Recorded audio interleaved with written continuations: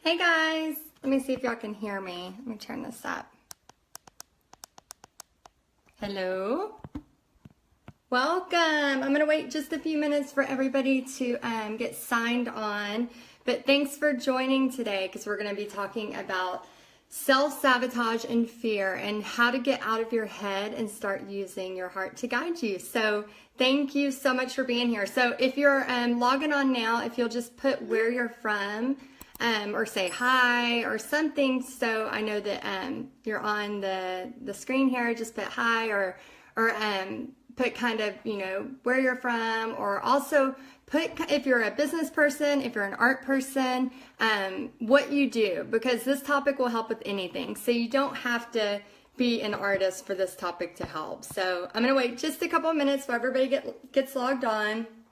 I just sent an email out, so we might have some people joining late. Let's see.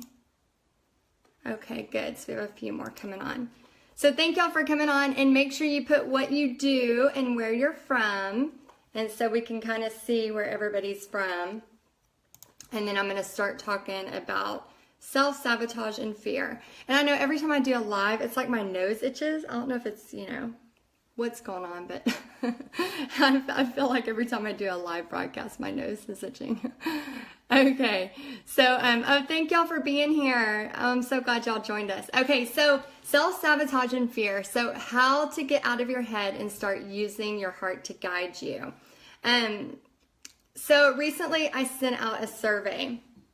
Now I sent out this survey and I got responses from people all over the world.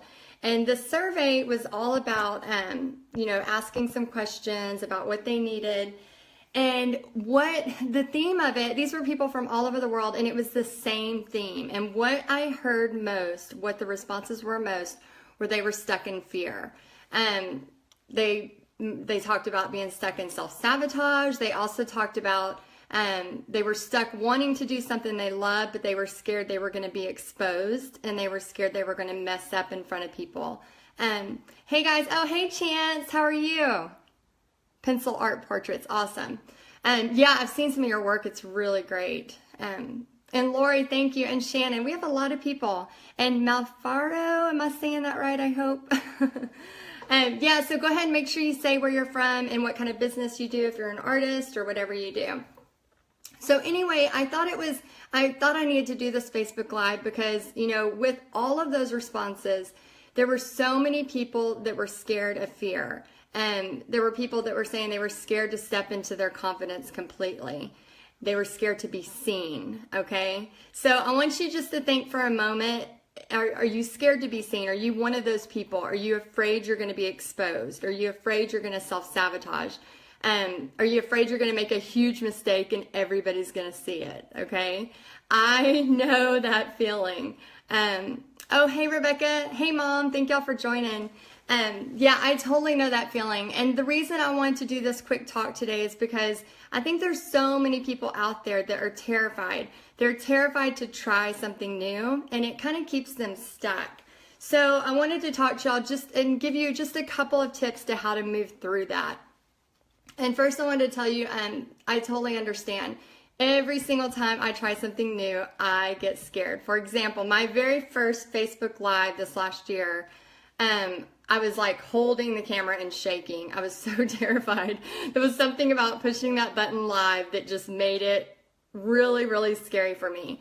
Instead of, you know, usually I record my videos, I can edit them, I can do whatever I want.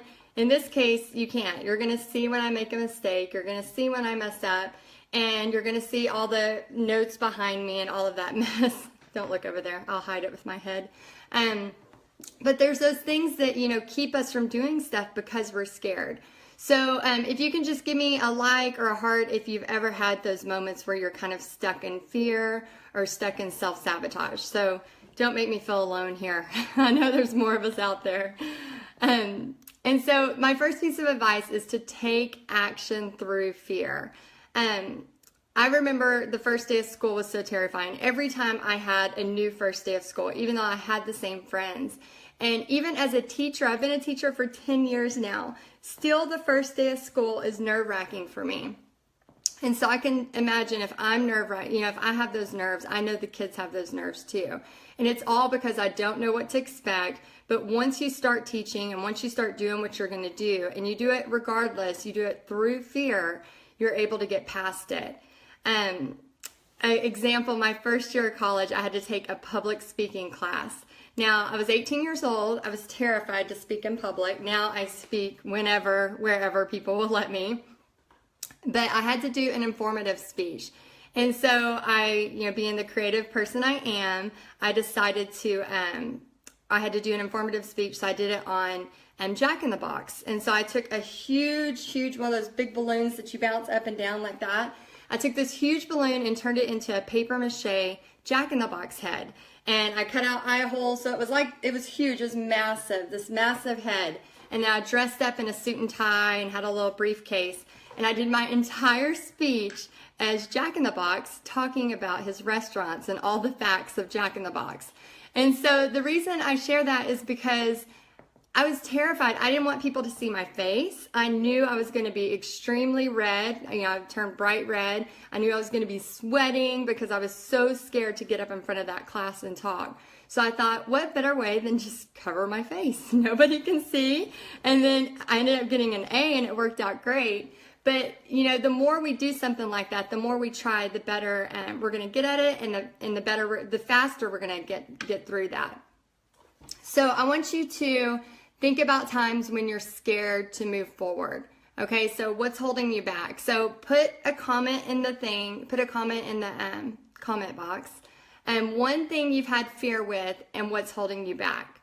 So I'm going to wait just a few minutes while y'all type that in.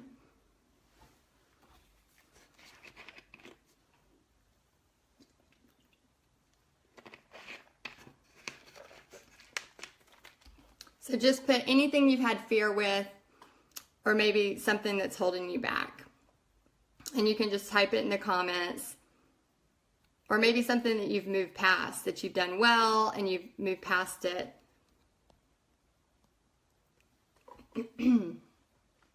Okay, so here's another tip with, fear of failure at anything. Yeah, and if y'all have anything specific too that, let me see if somebody's on. Anything specific that you've had that you struggled with and you couldn't move past. Fear of rejection. Yeah, that's a big one. That's a big one. I'm going to read something to y'all in a minute that I think will help with that. I know it's helped me, and I'm so glad I found this book, and I'm taking it to heart because it kind of takes away that fear of rejection once you understand this. So I'm going to talk about that in just a second. Oh, hey, Lynette. Okay, so if you can write down in the comments one thing you've had fear with and maybe one thing that's holding you back. So we've had fear of failure, fear of rejection. Again, these are not uncommon. Like I said, I sent out a survey to hundreds of people, and the theme around the world was they were stuck in self-sabotage, they were scared to be seen, to be exposed, and they were scared to step into their confidence. So all of these things are not uncommon. So don't feel like you're alone. Yeah, we'll feel embarrassed, fear of meeting new people. Yes, okay. Feel embarrassed, fear of meeting new people. That one's really good. Fear of speaking of life's past. Yeah, that one's big. I know I didn't speak about a lot of my past for several years because I was so embarrassed. Of course, going bankrupt before you're 30 is not something you just want to run around and scream to everybody, hey, I'm a failure, I'm a loser. It sucks, and you feel embarrassed so much. That, I didn't tell a lot of people for several years because of that shame and that guilt. But once you get through it, once you get past it, it's amazing how many people will reach back to you that are going through the same thing, and maybe they're scared to talk about it. But once they see you talk about it, they realize that, you can make a change in your life, and you can do things that are going to move you forward, even if you've had those major setbacks. Yeah, fear of failure. Fear of failure is a huge one. So many people have that. And I just want to give you another tip on how to move forward through action, even if you're scared. And the more you fail, and I know this from experience, especially those of y'all that have been following me and follow my blogs, I fail a lot. Like I try to look at life now as a game, and I try to look at life now as a way to, I don't know, like I just feel like it's a big game now, and I want to see, you know, how much I can do and how much I can push the limits. And oh, thanks for the likes. And I just want to, you know, make it into more of a game, because I know God's ultimately in control. And I just want to be able to push past it. And so now when I fail, yes, sometimes it takes me a few days, you know, to get back up. And I might have a few nights that aren't so good. But the more I fail, the faster I get up. And I've had so many experiences in the past 10 years that have taught me this. And I feel like God's still teaching me this all the time. Feeling like you have to be super successful at everything. Therefore, chances aren't taken and opportunities are missed. Yes. Okay, so somebody else said that too, Lynette. Somebody else said the fear of once you do start something, then you have this expectation that you need to succeed, or again, you look like a failure. It all comes back to that. And in a second, I'm going to read you something that's going to help with that. Okay, so I wanted to recently share. Okay, so you know, for those of you that know, in November August, they diagnosed me with the TIA, which was like a mini stroke. And then November 15th, I ended up getting a heart surgery where they put, I had a hole in my heart, and they had to do this little metal device to put inside my heart to close the hole. Well, last Tuesday I was teaching, and again, I just walk into my class, and all of a sudden I can't see my kids, and I'm freaking out, and I'm like, oh my gosh, what is going on with me? You know, and I'm doing this, looking at the kids, like trying to figure out like which eye is not working and why I can't focus in and why I can't see them. Oh, I'm starting to understand perfectionism as part of my personality. Yeah, Bobby's too. Perfectionism is, I mean, it's great in some things, and other things it can really, really keep you from moving forward. I think that's one of my strengths of not having perfectionism, because I'm not really terrified if it's not perfect. So yeah, you got to let go of some of that perfectionism, or it will stop you in your tracks for sure. Yes, Mom, I'm trying to stop scaring you. But okay, so here I am, Tuesday. I'm, you know, telling everybody I'm fine. You know, the surgery went great. Everything's good. You know, I don't have to worry about, you know, stroking out, as I called it, all these things. And then I walk into my classroom of kids, and I can't see them. And I'm trying to talk to them, and I can't focus. And I'm like, what is going on? No, not again. Not again. I've gone through months of testing and having all this stuff, and I can't even imagine what my dad goes through, and my mom watching my dad go through all that, because just the 4 or 5 months I've been going through it, you know, it's a nightmare. And so I'm in the hallway, and I'm trying to call my heart doctor, my neurologist, all these people, and while I'm trying to teach. And so I'm like, okay, kids, I'm gonna be on the phone for just a second, and I can't see him out of one eye.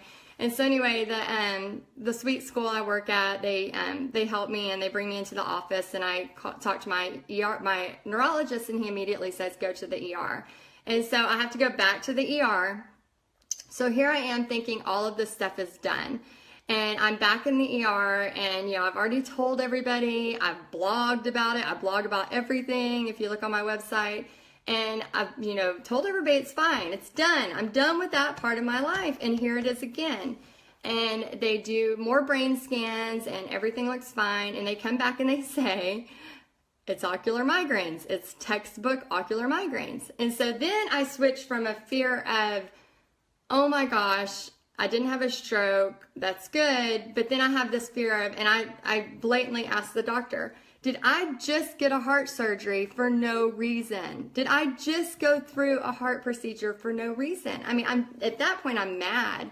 And, you know, I'm like, why? What is going on? And he's like, no, Heidi, you had to have got, you know, they found the hole. They went through, they did the test, they found the hole, and you needed the heart surgery. So I went home that night, and, you know, and they said, I booked a neurologist appointment the very next day. And again, I go to him and ask him the same thing. And he's like, well, it might have led to that. It might have been a TIA or it might have been an ocular migraine, but whatever happened, it led to them finding the hole. And yes, it did need to be fixed. But that night I was angry and I was embarrassed. I was like, did I really, just go through all this? Did I do something that wasn't necessary? I had all of these fears. And then I had all of these fears of, oh my gosh, I've told everybody about this. And now they're going to be thinking of me in a different way. They're going to think that I was, doing something that I shouldn't have done. I started having all this fear about what people would think of me. And then I thought, you know what? And I was talking to my husband about it. And I was like, I'm just mad. I'm mad and I'm frustrated. And I started talking to him about it, and he's like, Heidi, people go through this. It's things that are happening. People misdiagnose. People do things. And I feel like, as one of the teachers was driving me to the emergency room, she's like, God always has a lesson in everything. There's always a lesson. And I'm like, I feel like I learned the lesson this fall. I feel like I trusted and I learned the lesson. But apparently there's still something that he's trying to teach me through this. So I had to basically, swallow my pride and find out what happened. Yes, it was still a needed surgery. And then I had to swallow my pride and think that my body sometimes isn't going to work as I want it to. So if y'all have ever had that moment where you feel like your life is just out, I guess, I've always felt like, okay, if you want something, you do it, you take action. If you've ever felt like your life was kind of out of your hands sometimes, if you could just do a like or a heart and let me know that you kind of understand this, because I think sometimes the struggle is we want to take action through fear. We want to do what we want to do, but sometimes there's times in life where you just can't see. You have to stop and you have to deal with what's going on. When your vision goes away and when you're an artist, especially, I know vision's hard to lose for anybody, but as an artist, it's one of my biggest fears. And so when I lose, my vision, I start to really, really question a lot of things. And I start to think, what is the purpose of this? I thought my talent was to be an artist. I thought my talent was to share. And so I have to, of course I have fear. Of course I have doubt. Of course I lose confidence when those things happen. But what I have found is that the quicker you get your butt off the ground and you start doing something that's meaningful. So if you notice on my Facebook page, I have these new pictures that I took. Okay, so Tuesday I was in the emergency room. Wednesday I was a wreck. I had a migraine all the way across my head the entire day.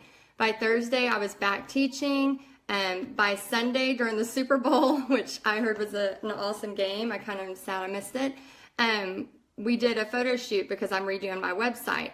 And so I wanted to, as quickly as possible, get out of that. Okay, yes, that happened. If I lose my vision again, I know what to expect. I'm not going to be freaking out thinking I'm having a stroke, but I'm going to get up and I'm going to keep moving forward. And in that case, I have to just kind of wait it out. Bobby said he'd get me an eye patch if necessary. So I think we have to move through fear no matter what's happening. So the reason I share all of this is for 2 tips. I want you to take action through fear. You are not alone. As I have many, many thousands of people that I contact through my email list and through all over the world. There's people that I communicate with all over the world. And you're not alone. It's not just, people in Texas. It's not just people in America. People all over are struggling with this. This is the biggest thing I got back on my list was being scared to self-sabotage, the fear, having trouble stepping into your confidence. Those are all the things. Being totally scared of being seen. That's one of the big things too. And so I wanted to tell you, take action through fear. And then each time you do this, you're going to develop a muscle that's going to keep getting stronger. Back in the fall, in addition to all of the stuff that was going on, there was I had a social media attack happen. If you've ever seen those shows where it's like the internet ruined my life, well, that was me. I go to open up my inbox and there's like hundreds and hundreds of these messages of hate mail. And I remember my heart just sinking because I never ever try to do anything to, offend anybody, or I've just never been that person. And I remember just thinking, oh my gosh, what had happened?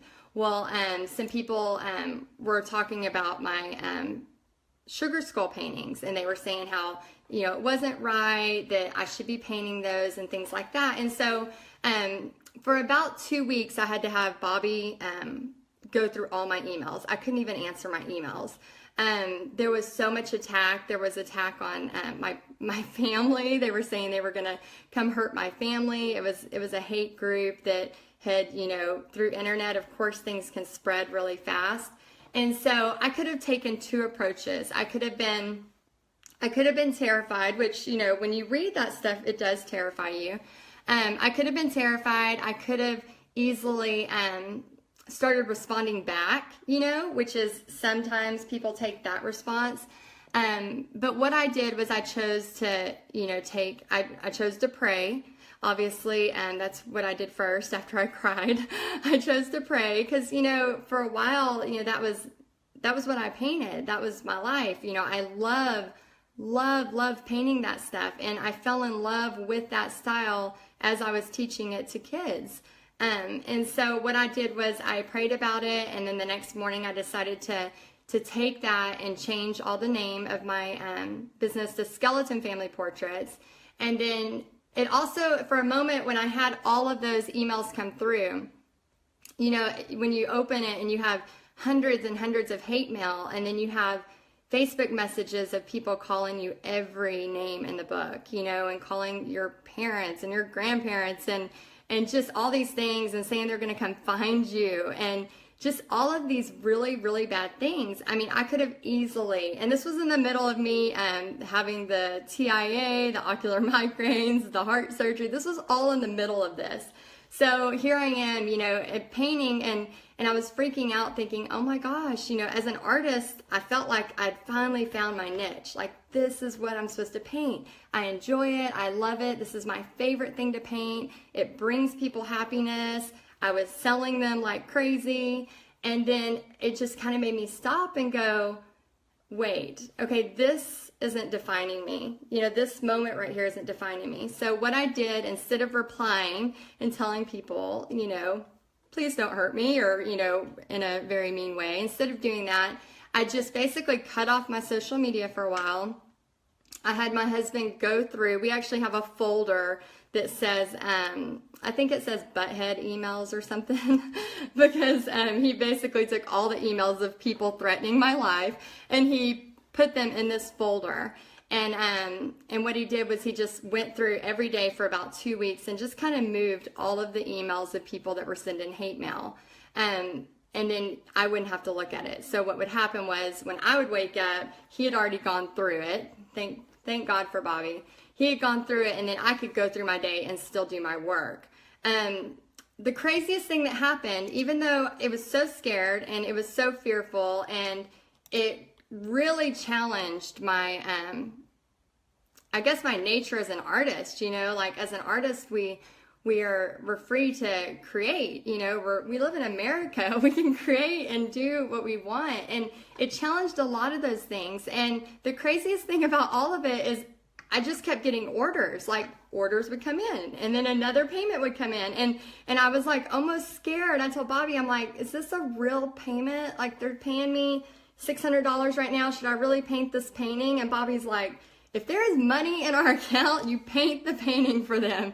They want it. And so it was a really scary time. So the reason I share that with you is because even when people attack you, the more you put yourself out there, the more I get on a Facebook Live and talk about this, the more I post pictures on my Facebook, the more that I send out emails about my artwork, the more I've gotten attacked. I can tell you 4 years ago, I didn't have this problem. But that's what happens when you put yourself out there, and it's just part of it. It's going to be part of it. Of course, I got through that. I had 2 days of feeling sorry for myself, and then I got back up. I went into my art studio. I drew a big plan. I changed everything on my website to not reflect anything to do with sugar skulls. You've probably noticed I've not advertised as much for that, and I've started developing new ways to create my art. And I think, again, that was another lesson that I learned, that I can't sit there and grasp onto something for too long. Just like my vision, you never know. One heartbeat and your life can change. So you can't just always know that one thing's going to be there. And so you have to constantly step through fear and take action through fear, because your entire life there's going to be new challenges and new things that happen. And I can tell you this past year, and a lot of stories that I can't even share because they're not my stories to share, those challenges have been presented, and every single time I had to step through them. And it's just a part of life. So I want you just to know that you're not alone. There's a lot of people out there. And I want to do, do you miss doing sugar skulls? I now paint skeleton family portraits, not sugar skulls. But when I paint them, I still love painting them. And I still get orders, which is great. So I guess people refer me and find me through that. So that's wonderful. But yeah, I think my heart is definitely still in that. I just am trying to do it, just a little bit more respectfully and going from there. But anyway, here's what I want to leave y'all with. Okay, if you've not read this book, I think it helps with anybody, especially anybody who's creative. It's I have it posted on my thing here because I just love this. And anytime I start to have that fear, I read this. So it's called Big Magic: Creating Living Beyond Fear by Elizabeth Gilbert. And so there's a lot of good quotes in here, and I have several posted on my little paper holder here, but I'm just going to share one, and I think this will help a lot of y'all. I know this helps me. Anytime I feel like I'm going to, fall and fail in front of y'all and look like an idiot, I look at this and then I don't care. So I want y'all to hear it. All right, when I was in my insecure 20s, I met a clever, independent, creative, and powerful woman in her mid-70s who offered me a superb piece of life wisdom. She said, "We spend all of our 20s and 30s trying so hard to be perfect because we're so worried about what people will think of us. Then we get into our 40s and 50s and we finally start to be free because we decide that we don't give a damn." Sorry if any of my kids are seeing this. "Because we don't give a damn what anyone thinks of us. But you won't be completely free until you reach your 60s and 70s, when you finally realize this liberating truth. Nobody was ever thinking about you anyhow. They aren't, they weren't, they never were. People are mostly just thinking about themselves. People don't have time to worry about what you're doing or how well you're doing it, because they're all caught up in their own dramas. People's attention may be drawn to you for a moment if you succeed or fail spectacularly and publicly, for instance, but that attention will soon enough revert right back to where it's always been, on themselves. While it may seem lonely and horrible at first to imagine that you aren't anyone else's first order of business, there is also great release to be found in this idea. You are free, because everyone is too busy fussing over themselves to worry all that much about you. Go be whomever you want to be, then do whatever you want to do. Pursue whatever fascinates you and brings you to life. Create whatever you want to create, and let it be stupendously imperfect, because it's exceedingly likely that nobody will even notice." So I just want to share that with y'all, because anytime I'm kind of nervous, oh my gosh, am I going to do this and look like an idiot? I read that and I don't care, okay? Because there's going to be things that you do, but you cannot move forward if you don't try it. So if anybody wants to just leave a comment or a question, I'm going to stay on the line just a few more minutes and then I'll let y'all go. So if anybody has a comment or a question about that. And I know I kind of discovered this a few years back. Yes, I love it too. I discovered it a few years back because I think even like for a time there, I was having trouble going to the grocery store. I think I was like, I just don't want to go to the grocery store because then people are going to notice me and people are going to look at what I'm wearing. I just made an excuse to like not do something that needed to be done. I know it's, silly and as stupid as that sounds. Hey Jenna, oh, you can watch the recording. I said all kinds of stuff. So yeah, we're almost done. But yeah, so I think, little things like that. And then finally I realized, like, I think I went to the grocery store and I started looking around at everybody, just kind of people watching. And I realized that everybody was like a zombie. They were all in their own worlds. And then I thought, why am I who am I to think I'm the center of anybody's universe? Like, you know, who am I to think that I'm that important? You know, yes, I'm important in God's eyes, but who am I to think I'm that important that everybody is focused on what I'm doing? You know, and then when I realized that, it just kind of released that freedom of, yeah, go do what you want, be who you want, you know, create what you want. And then the same thing, and the book's called Big Magic, Creative Living Beyond Fear. So those of y'all that have just joined, the whole thing is about, you know, taking action through fear. Even if you're scared, take action through fear. And the more you do it and the more you try it, the easier it's going to get. And I'm telling you, a lot of people, they don't go after what they want because they're scared. They don't try something that they want because they're scared of. I have people that are in my Paint Party program, and they seriously will think that they're scared. They're scared of the talking at the beginning. And I'm like, no, you don't understand. People are terrified at the canvas thinking that they're going to make a mistake. They're not worried about you. They're worried about them and how they're going to perform on, you know, that art night. So I think you just have to make sure you're still taking action through fear and know that you are not alone. These are people that I have surveyed all over the world, and all of the same result. They're all coming back as the same results. So again, try to read that book if you can.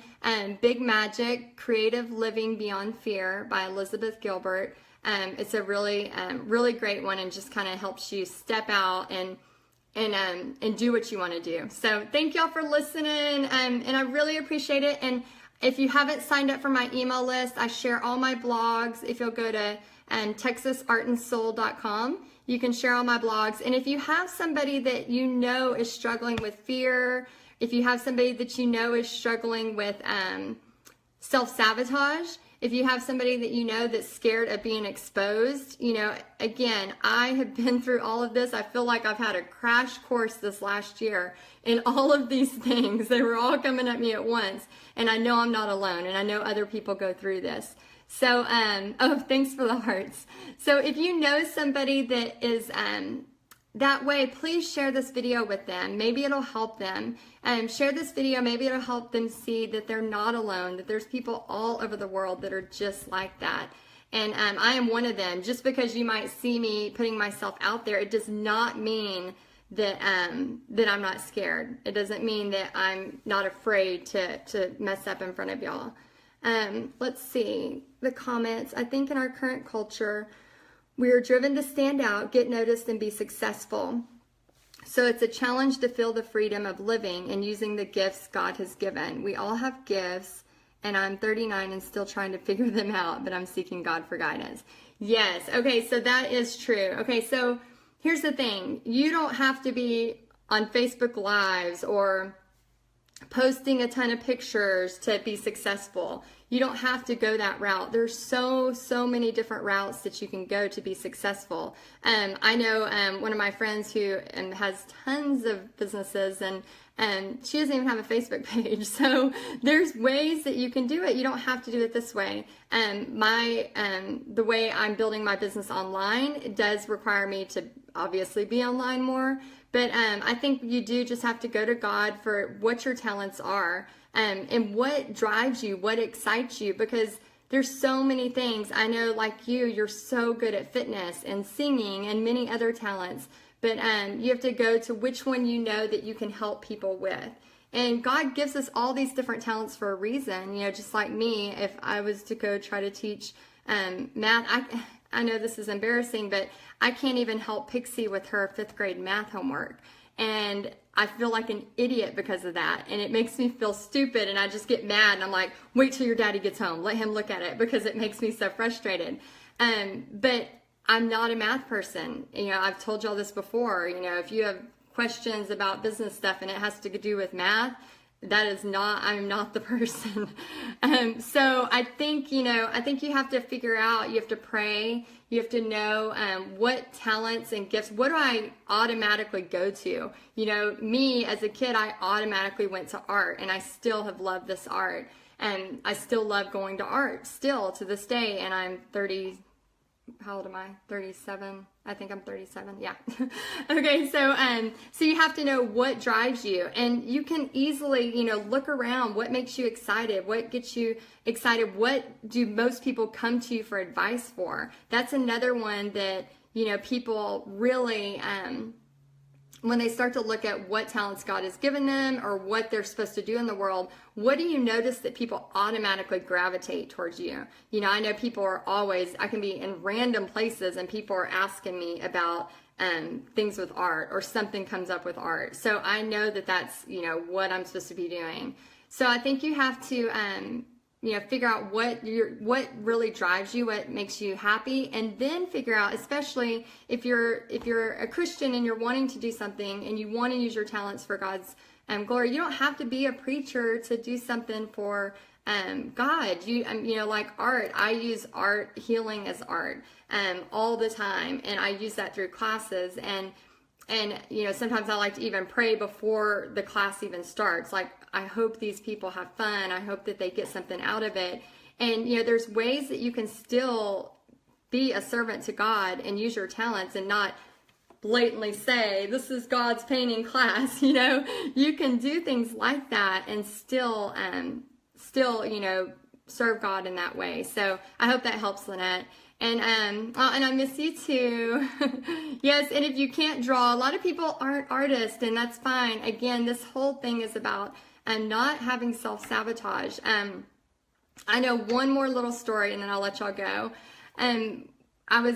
This past summer, I went to Florida for a paint party, and it was a huge paint party, and it was in a different state. It was way down south. Me and my daughter had taken a 10-day road trip. I was so excited. And we get there, and, I'm terrified. They ended up having a delay, so I had to go to the place late to set up. And I was really, really freaking out. And I started to notice myself go back to the self-sabotage patterns. And I started to think, oh my gosh. So I told my friend Mindy, who I was staying with, I was like, I just got to go to Walmart. I got to get some supplies. And I really didn't need anything. I just needed to go for a drive by myself. And then I called my husband, and I was like, I am freaking out. They wanted me to do a speaking. Like, I always speak while I teach, but they wanted me to do kind of a testimony about, when we lost everything and what had happened to us, and how I moved forward by doing my surfboard business, and how God had helped me through that. And so I was terrified because I knew I was going to have to do something different, and I was going to have to say that in front of all these people, and I was starting to self-sabotage. I was like, oh my gosh, what if they just cancel? Man, wouldn't that be great if they canceled? Which would have been awful because, the money from that paid for the whole trip plus, and so I was sitting there self-sabotaging, and I called my husband, and he's like, Heidi, you always do great. Just get over it. Just do it, and you got to just go through it. And again, I did the speech. I got up there. We got everything set up. It was time for me to speak. It wasn't a long speech, but it was time for me to speak. And what I didn't realize was at that time, again, God was using me. As I talked about what had happened to me, that entire room of, 40, 45 people, it was like I connected to them. And what was cool is, throughout the painting, people would tell me stories, and I'd walk up to help them, and then they would talk openly. So I think you have to remember that sometimes you're put in these situations, but it's for good. And so just take action through fear. That's all I want to leave you with today. So I hope that helps. And thank y'all so much for being here. And again, share this and do some likes if you liked it and if it helped you. And share this with some friends if they are dealing with any kind of fear, self-sabotage, or maybe they're afraid to be exposed and have some and be afraid to be seen and make a mistake. I'm telling you, I've made them all, it feels like, and very publicly as well, and it's okay. You get through it. So okay, Jenna, you're such a good storyteller. I promise your life would be yeah, I have a lot of stories, and the crazy thing is they're all true. I could talk for hours and hours about all the crazy stuff that's happened. So anyway, I hope y'all have a great day, and thanks again for being here. Love you guys. Bye.